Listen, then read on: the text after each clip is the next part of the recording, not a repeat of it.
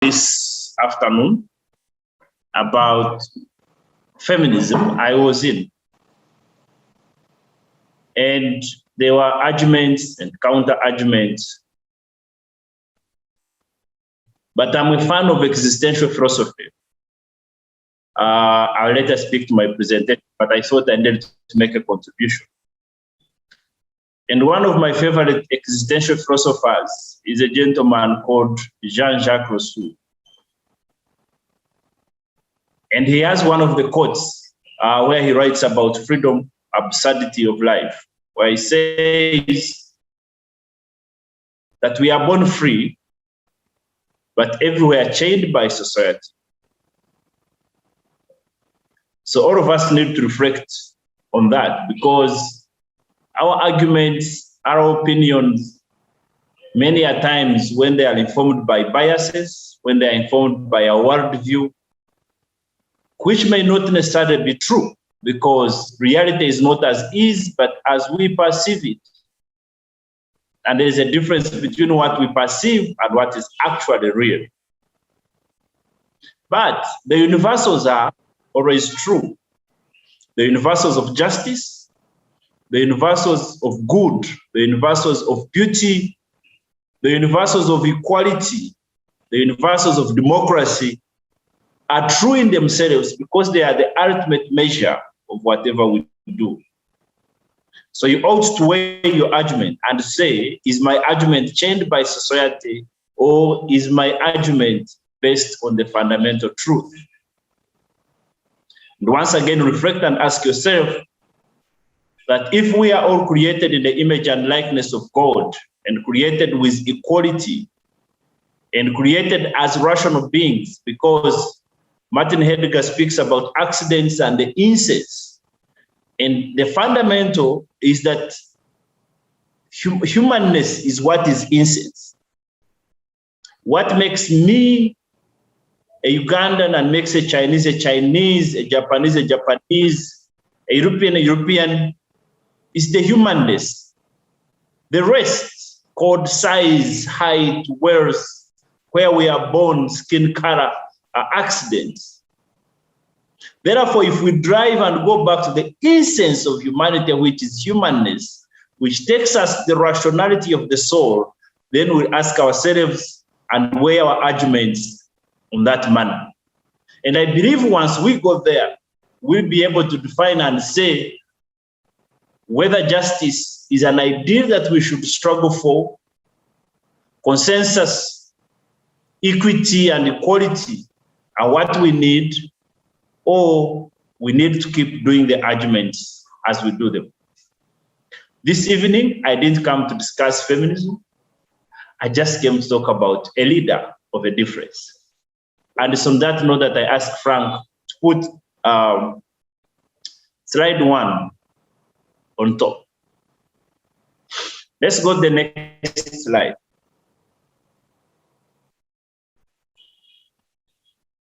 So, given my background as a programmer, I always want to begin by looking at the problem, for me to contextualize the discussion.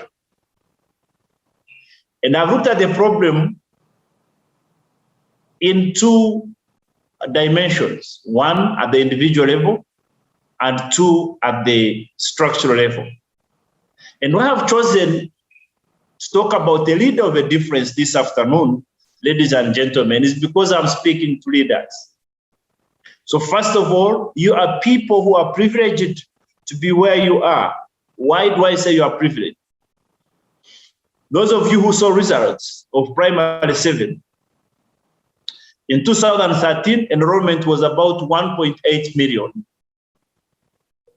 But those who sat primary 7 were about 700.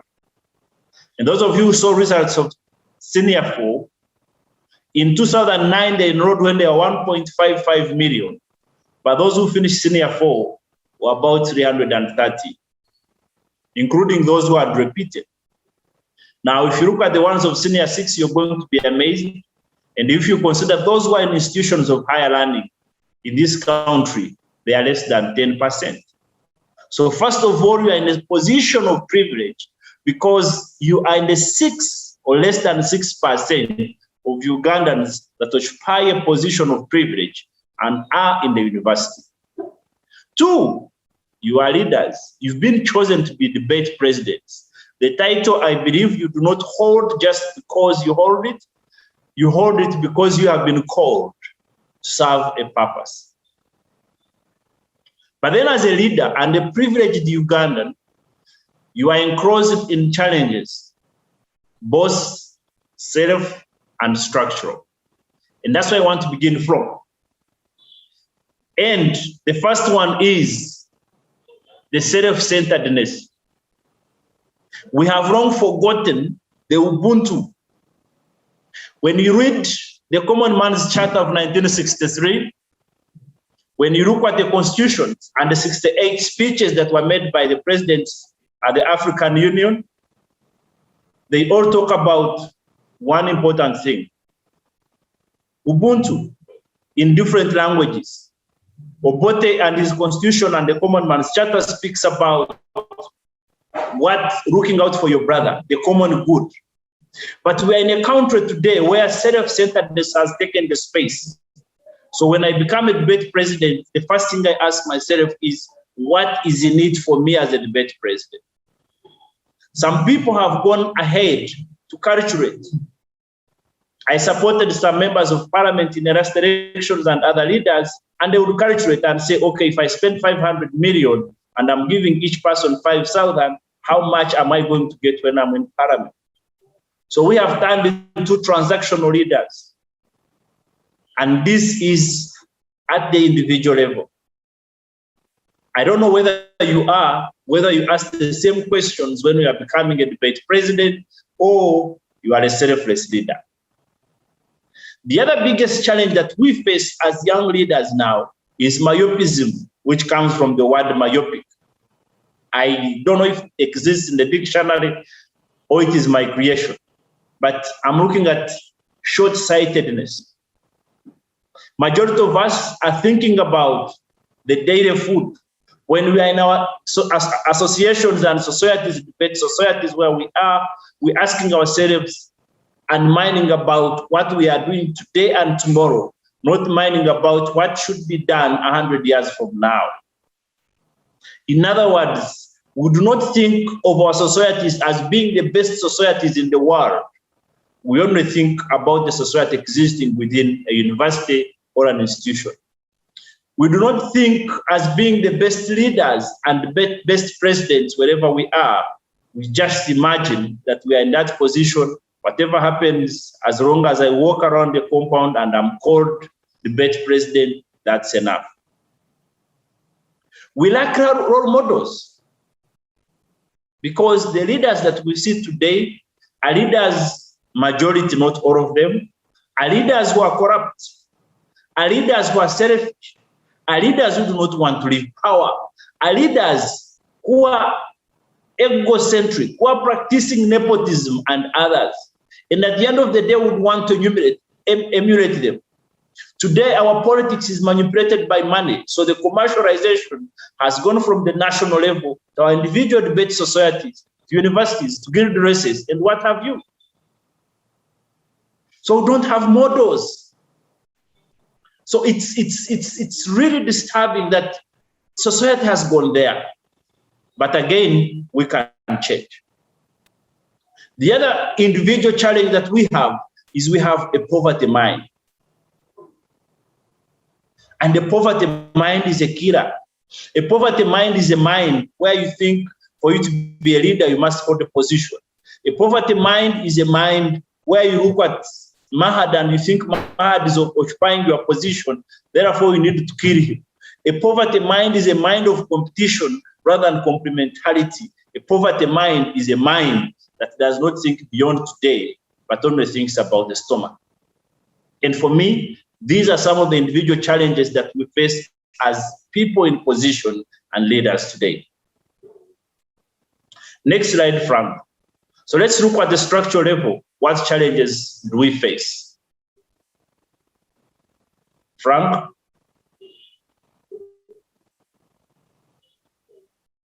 I do not know what, okay. So we have the structural level challenges.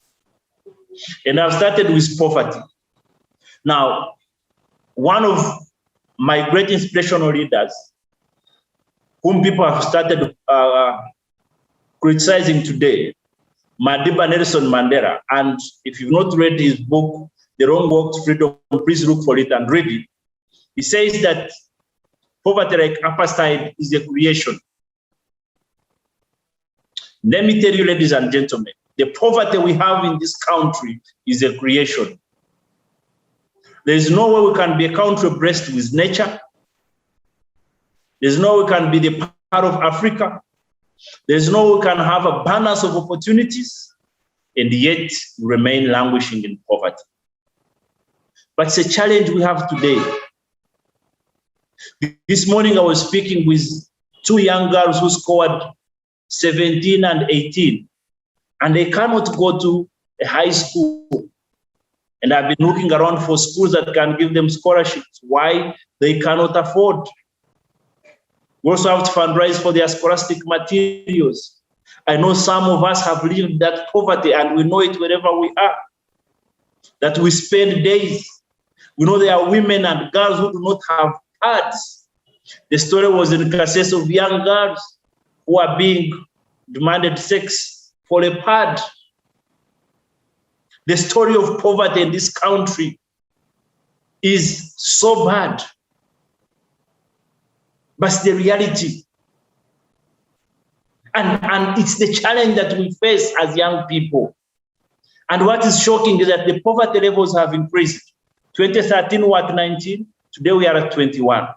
With COVID, we anticipate about 16 or 15 million people will go back into poverty because so many have lost jobs. We have a structural challenge of the quality of public services. Our health sector has been exposed. I can't speak so much about it. You know the education that we have as a country. You know the quality of our roads. I can go on and go on, but the quality of public service in this country and in this continent is wanted. It's a great challenge. We have high levels of unemployment. I know most of you, like most of us did, you join school when you have high hope. You join first year of the university with high hope. But by the time you finish the third year, you're more hopeless than when you started because you're worried about a job. You are worried about rent. You do not know how you're going to feed because the people who are feeding you are like, we have finished paying. Now the struggle goes on. You walk the streets for years and years and the job is not there. Comrades, it's a big problem. It's a big challenge. We are faced with one of the greatest 21st challenges, climate change. Our parents are planting things and they can no longer yield. Some of us started when our parents were taking beans and cassava and matoke to school. But now they cannot yield because climate change is real. But all this is happening amidst people building in swamps, amidst people putting petrol stations in swamps, amidst people cutting forests. We lose 9,000 hectares of forests every year. We are suffering from climate change because of the emissions of the global west. And we are quiet. And life seems normal for all of us. We have high levels and increasing inequality. And I just want to give one example in education. And I'm sorry I'm a culprit of this. You know, with COVID-19, some of the classes, primary 1, primary 2, primary 3, have not gone to school for the last 2 years. So many girls have been impregnated. But children in international school, children in modern schools are studying on IT, and they are moving from one class to another. But our young people in the villages are not studying, they are stunted. Girls who are in senior 2, most of them have gotten married, by the way, including some in universities. You may know some of your friends. Now, it tells you that 10, 15 years from now, the levels of inequality are going to be high. Even today, when you go and see the number of people who are going to universities that you are in, they are from certain schools, and certain schools are being eliminated. So the inequality is real. The rich are becoming richer, and the poor are becoming poorer. We have the neoliberalism. It's a debate we can have, and I would gladly be able to participate in this neoliberalism agenda and how it is crippling the black skin and the black Africa. They have neoliberalized our mind. When people are speaking about religion, when people are speaking about education, in my heart I was bleeding. Because if you do not take religion carefully, go and read about Marxism and religion, it becomes the opium of the mind. So you need to take it, but use it in a lens that is transformative rather than enslaving. The God of Africa is the God who works. It's not the God who says, let's live in heaven. No, we live now because we are created to be masters. We are faced with the issue of corruption. And actually, I would be glad also to come on one time and talk about the illicit financial flows, because the 700 billion plus that we lose in administrative corruption every year is only 3.5% of the total money that we lose as a country and a continent. A lot is lost in misinvoicing, a lot is lost in non-declaration of goods, a lot is lost in what we call safe havens, where money is taken by companies that are making money here. I can't talk about tribalism. We are in a situation where we are facing xenophobia. And check yourself. How do you see someone from the north when you're from the west? How do you see someone from the east when you're from the south? How do you see someone from the central when you're from the north? And we are increasingly getting polarized as a country because one side is perceived to eat more than the other. And that is a dilemma. That is a problem that we face as young leaders, as young debaters, and as young people who aspire to be transformative. We are faced by patriarchy and associated injustices. Now, if we have to embrace capitalism like we have, with the population of women and men balance, the recent National Household Survey shows a 51-49%, with 51 being women and 49 being men. You cannot afford to have that population entirely dependent. You cannot afford to have a society where injustices are the order of the day. You do not see me because of what I'm capable of. You see me because of what I can give in terms of sex. People being battered and beaten. That is a great challenge. So these are the challenges that we face, and much more as a country, as a continent, as families. So let's go to the next slide. So you are a leader. And I've said, who is the leader of a difference? It means one that you know the way. And knowing the way simply means you have diagnosed the problem, embraced the problem, and said, you know what? I want to challenge patriarchy. I want to challenge poverty. I want to challenge climate change. I want to challenge patriarchy. And I want to be known for doing that. And after I've been discussing with the National Coordination Team on how we can challenge poverty, and I'll be bringing the presentation, the proposal to you guys. But we need to know the way. So ask yourself, do you know the way? A leader with difference shows the way. And a leader with difference walks the way. So let me begin with Christ, the greatest man that has ever lived. He's the greatest because he walked the way and was crucified on the cross. And he said, for all your sins I have died. So you need to know the way, show the way, and walk the way. And I'm giving you questions of reflection. What is your way? Do you know it? Have you defined it? If you're Edgar and you believe in a balanced, a boys' society and a male society catered for, please stand for it if you're convinced. If you're a Garang who says, I must challenge patriarchy, stand for it.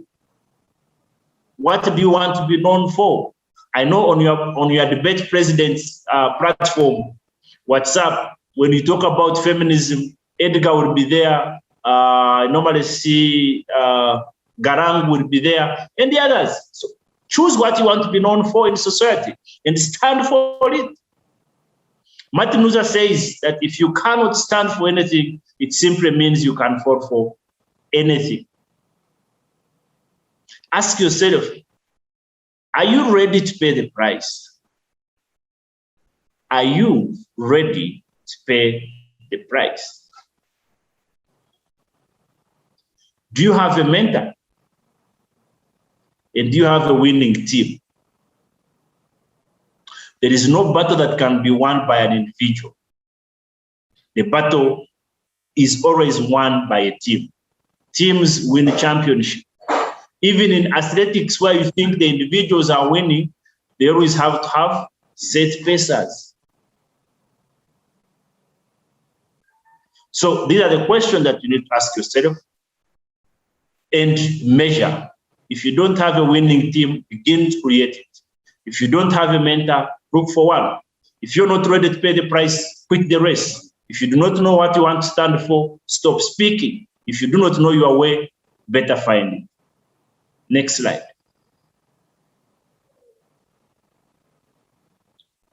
So I've said the stars cannot shine without darkness. A leader of a difference is a golden opportunity for us.